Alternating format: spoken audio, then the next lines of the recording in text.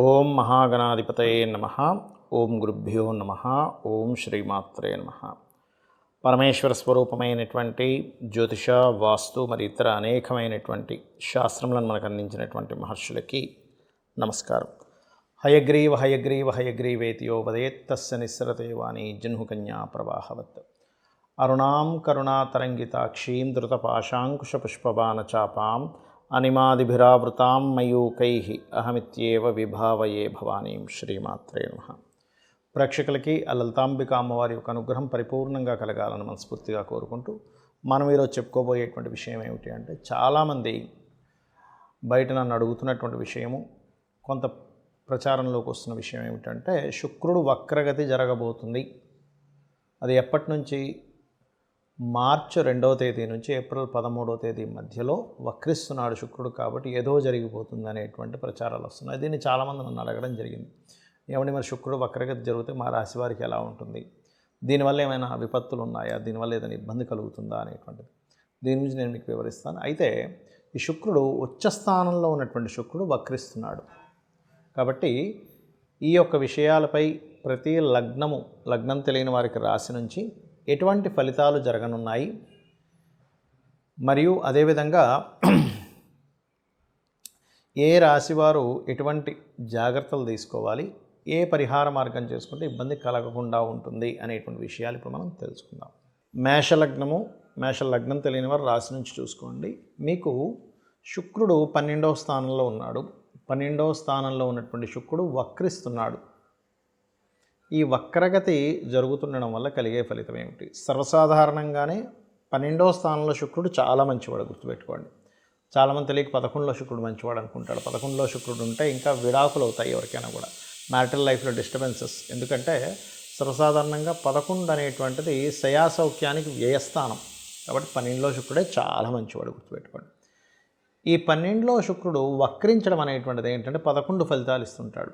కాబట్టి ప్రధానంగా ఇక్కడ మేషలగ్నం వారు వివాహ సంబంధించిన విషయం, వివాహ జీవిత సంబంధించినటువంటి విషయంలో ఈ వక్రించిన సమయంలో కాస్త జాగ్రత్తగా ఉండాలి, గుర్తుపెట్టుకోండి. ఇక అదేవిధంగా మరి శుక్రుడు వక్రించినందుకు ఏదో ఒక మంచి కూడా చేస్తాడు కదా అనేటువంటిది ఉంటుంది, చాలామందికి ఉంటుందండి, అందులో ఎటువంటి సందేహం లేదు. శుక్రుడు వక్రించి లాభస్థానంలోకి వెళ్తున్నాడు.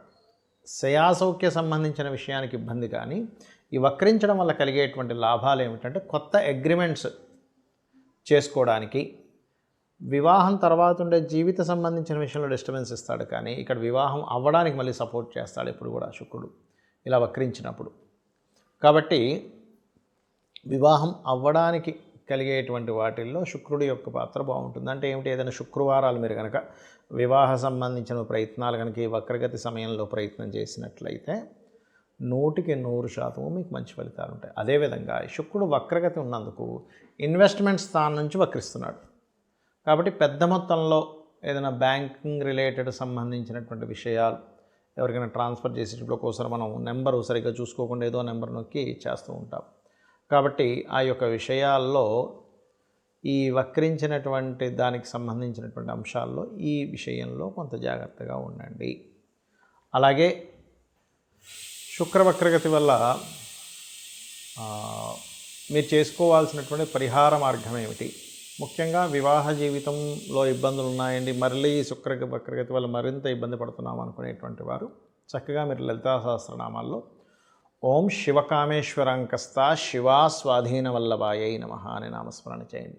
తండ్రి గారి ఆరోగ్య విషయంలో, ముఖ్యంగా ఎవరికైనా తండ్రి గారికి కాస్త షుగరు ఇట్లాంటివి ఉన్నట్లయితే ఆ షుగర్ రిలేటెడ్ సంబంధించినటువంటి విషయాల పట్ల కాస్త జాగ్రత్తగా ఉండండి.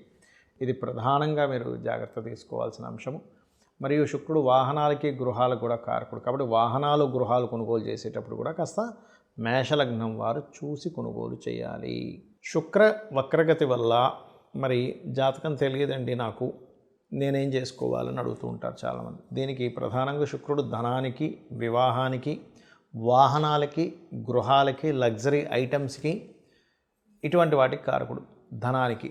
దీనివల్ల ఏమిటంటే, ఎవరైనా సరే ఈ యొక్క అంశంలో శుక్ర వక్రగతి వల్ల వీటికి సంబంధించినటువంటి విషయంలో మీ జాతకం తెలిసినా తెలియకపోయినా, మీ నక్షత్రం ఏదైనా కానీ వక్రించినంత కాలము కూడా అంటే మార్చి 2వ తేదీ నుంచి ఏప్రిల్ 13వ తేదీ వరకు ఈ యొక్క విషయాల పట్ల కాస్త జాగ్రత్తగా ఉండండి.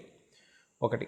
ఇక రెండవ విషయం ఏంటంటే దీనివల్ల దేశకాల పరిస్థితుల్లో ఏదైనా మార్పులు వస్తాయా? శుక్రుడు ప్రధానంగా ధనానికి కారకుడు కాబట్టి ఇక్కడ ఏంటంటే ఈ ధనానికి కారకుడు ఈ కుంభరాశిలోకి వక్రించి చూడడం వల్ల కొన్ని విషయాల్లో ఎలా ఉంటుందంటే కొన్ని దేశాలకు ఆర్థిక మాంద్యం రావడం, అదేవిధంగా ఫైనాన్షియల్ రిలేటెడ్ సంబంధించిన విషయంలో ఇక్కడ ప్రధానంగా ఏంటంటే మీకు ఎప్పుడైతే ఏప్రిల్ నుంచి ఈ 4 గ్రహాలు 5 గ్రహాలు పంచగ్రహ కూటమి ఈ గ్రహ కూటములు ఉన్నాయి. ఈ గ్రహ కూటమి నుంచి బయటకు వస్తున్నటువంటి శుక్రుడు కాబట్టి ప్రధానంగా కొన్ని పార్టీల్లో ఎవరైనా కూటమిగా ఉన్నటువంటి దాంట్లో నుంచి లేడీస్ ఉంటారు కొంతమంది సభ్యులందులో, వాళ్ళు కొంచెం బయటికి రావడం కానివ్వండి. అదేవిధంగా మరొక విషయం ఏంటంటే షేర్ మార్కెటింగ్ రిలేటెడ్ సంబంధించినటువంటి విషయంలో బుధుడు షేర్ మార్కెట్కి కారకుడు. ఈ షేర్ మార్కెట్కి కారకుడైనటువంటి బుధుడు కూడా మనకి మీన రాశిలో ఉంటాడు. ఆ మీన రాశిలో బుధుడికి ఎవరక్కడ మీకు సపోర్ట్ని ఇస్తారు అంటే శుక్రుడే సపోర్ట్ని ఇస్తాడు చెప్పాలంటే, ఎందుకంటే నీచభంగ రాజయోగాన్ని ఇచ్చేటువంటి గ్రహం శుక్రుడు.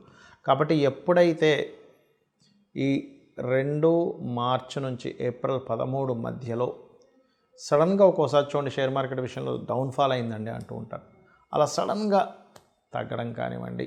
అదేవిధంగా మరొక విషయం ఏంటంటే ఇక్కడ ఈ శుక్రగ్రహం వల్ల కొన్ని లగ్జరీ ఐటమ్స్ ఇట్లాంటివి ఉంటాయి. లగ్జరీ రిలేటెడ్ సంబంధించినటువంటి ఐటమ్స్ విషయంలో కొంతమంది చూడండి ఈ బిట్ కాయిన్స్ అని రకరకాలవి పెడుతూ ఉంటారు.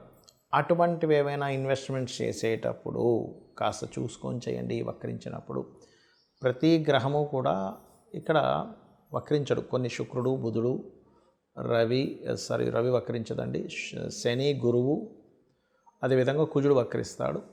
ఈ వక్రగమనం అంటే నిజంగానే వెనక్కి తిరగడం కాదు, ఈ యొక్క సర్కిల్లో మనకి వెనక్కి వెళ్ళినట్టుగా ఆ యొక్క ప్రభావం పడుతూ ఉంటుంది, అంతేకాని నిజంగా వెనక్కి అని రావు. రాహుకేతులు సహజంగానే వక్రించుంటాయి. అయితే ఈ వక్రగతిలో గ్రహాలు ఉన్నప్పుడు ప్రత్యేకంగా మీరు అమ్మవారి యొక్క నామం, ముఖ్యంగా లక్ష్మీదేవి యొక్క అష్టోత్తరము, లక్ష్మీ స్తోత్రాలు, దేవి యొక్క ఇవి చేస్తూ ఉన్నట్లయితే అన్ని విధాలా మీకు బాగుండడం జరుగుతుంది. అయితే ఇక్కడ ఈ శుక్రవక్రగతి వల్ల చేయవలసినటువంటి దానాది ప్రక్రియలు కానివ్వండి, గోసేవ కానీ ఏం చేసుకుంటే బాగుంటుంది అని చెప్పి చూసుకున్నట్లయితే ప్రధానంగా ఇక్కడ మీరు ఈ సమయాల్లో శివార్చన చేసుకునేటువంటి వారు తీపి పదార్థంతో లేదా తేనెతో శివునికి అభిషేకం చేస్తే కూడా దీని యొక్క ప్రభావం పడదు.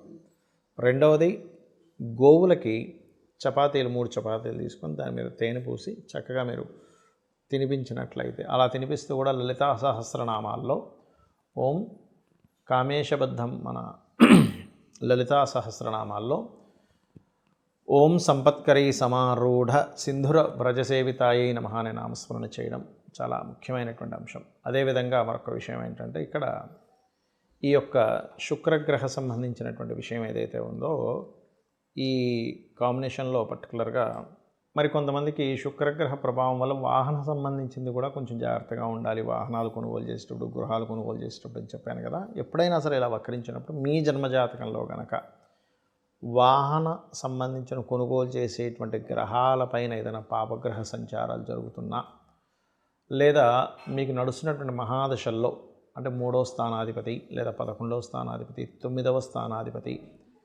ఫలితాలు వస్తున్నప్పుడు కూడా వాహన సంబంధించినవి కొనుగోలు చేయడము, అదేవిధంగా శుక్రుడు పాడై ఉండి కొంతమంది జాతకాల శుక్ర మహర్దశ నడుస్తున్నప్పుడు కూడా ఈ వక్రించినప్పుడు కొంత జాగ్రత్త పడాలి. ఇవన్నీ ఒక ఎత్తు అయితే ఇక్కడ మీరు లలితాంబిక అమ్మవారి యొక్క అనుగ్రహాన్ని మీరు పొంది అంటే నిత్యము లలితా సహస్రనామాలు చేసుకుంటూ గోసేవ కనుక చేస్తూ ఉన్నట్లయితే లేదా లక్ష్మీ అష్టోత్తరాలు చదువుకున్నట్లయితే శుక్రగ్రహ వక్రగతి అనేటువంటిది మీకు ఎక్కడా కూడా నెగిటివ్గా పడదు, పాజిటివ్గా ఉంటుంది. శ్రీమాత్రే నమః.